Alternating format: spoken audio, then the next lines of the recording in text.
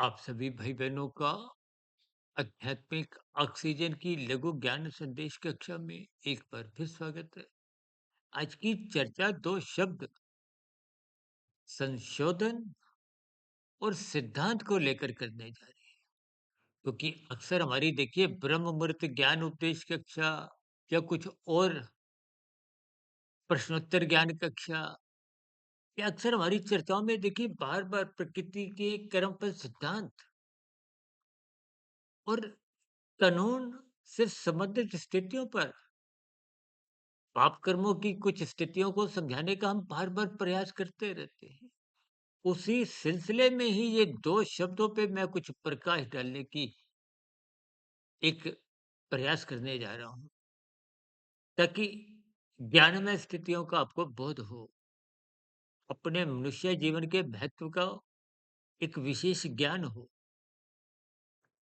देखिए, अक्सर आप विधानसभा में, संसद में देखते हो ना कोई संशोधन के लिए एक विधेयक आया है, उस पर बहसबाजी होती है। फिर जब बहुमत के स्तर पर कुछ वोटिंग की स्थितियाँ होती हैं, तो संशोधन होते हैं। विभिन्न प्रकार की स्थितियाँ ये अपने भारत में नहीं, विदेशों में भी होती हैं।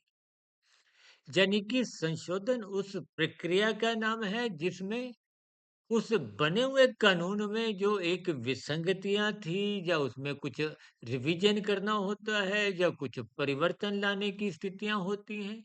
संभवतः परिवर्तन तो देखिए तभी लाया जाता है जब उसमें कुछ कमियाँ होती हैं। उन कमियों का ही एक तामसी मनुष्य एक उल्लंघन करते हुए पाप कर्म कर जाता है। इसलिए कानून में देखिए ना आज से कुछ वर्ष पहले यातायात के नियमों में बहुत ही साधारण धनराशि थी। फिर उनमें बहुत अधिक वृद्धि की गई ताकि लोग यातायात के नियमों का पालन करें। हालाँकि व्यवस्था आज भी लगभग कुछ वैसी ही है। लेकिन फिर भी देखिए इन सभी स्थितियों को तर्कपूर्वक समझना चाहिए। ताकि सिद्धांत की स्थितियाँ देखिए हमारा विषय कोई संशोधन से संबंधित ज्ञान देने का नहीं है।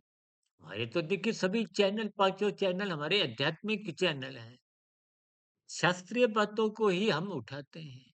वो तो शास्त्रीय बातों को समझाने के दृष्टिकोण से भौतिक स्थितियों को, राजनीतिक दलों की, विभिन्न सरकारी विभागों को, आपके हमारे जीवन की स्थितियों को एक सहारे के रूप में, आधार के रूप में, उदाहरण के रूप में इसलिए लेते हैं कि बात सैद्धांतिक ये कर्म बल सिद्धांत एक सैद्धांतिक कथन है। कर्म पहले होगा, फल आना एक सिद्धांत है, निश्चित है। इसलिए बार-बार हम समझाते हैं पाप कर्मों से बचो, कानून का उल्लंघन भी नहीं करो। कानून का उल्लंघन करने पे यदि आपका यहाँ चालान नहीं कटता, तो परमात्मा की व्यवस्था में कट जाता है। इसलिए उसका नाम सिद्धांत है।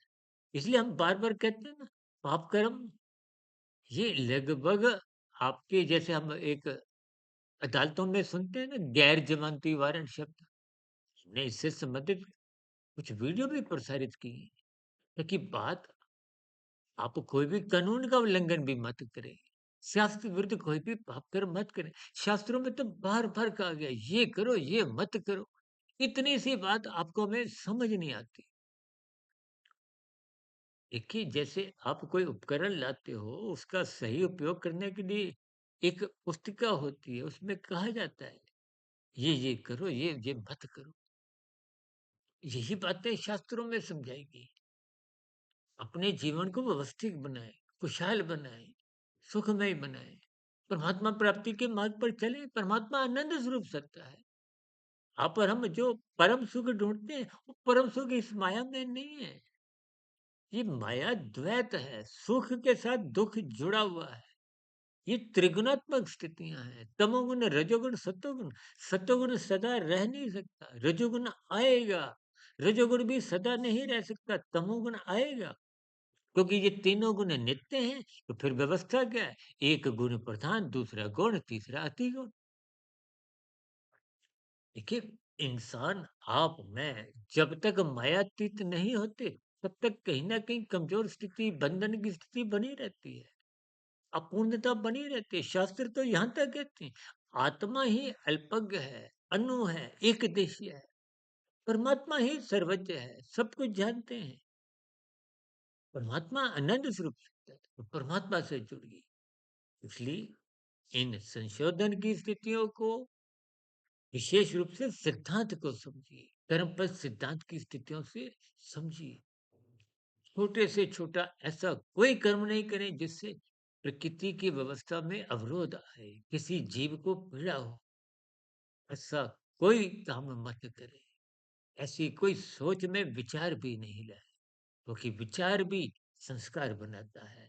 संस्कार ही कभी ना कभी नए कर्म को एक दिशा देता है। इन स्थितियों को आज मैंने संशोधन और सिद्धांत के रूप में समझाने का एक प्रयास किया। चर्चा विषय को यहीं विराम देते हैं। दिन में कुछ शॉर्ट्स की वीडियो, शाम को प्रश्नोत्तर ज्ञान कक्षा और कल सुबह ब्रह्म मुहूर्त ज्ञान उपदेश कक्षा में किसी नए विषय के साथ फिर मुलाकात करेंगे। तब तक आप अपने आध्यात्मिक मित्र सुधीर भाटिया फकीर को इजाजत दें।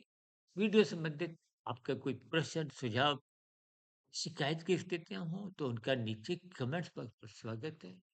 चर्चा विशेष को सुनने के लिए बहुत बहुत धन्यवाद।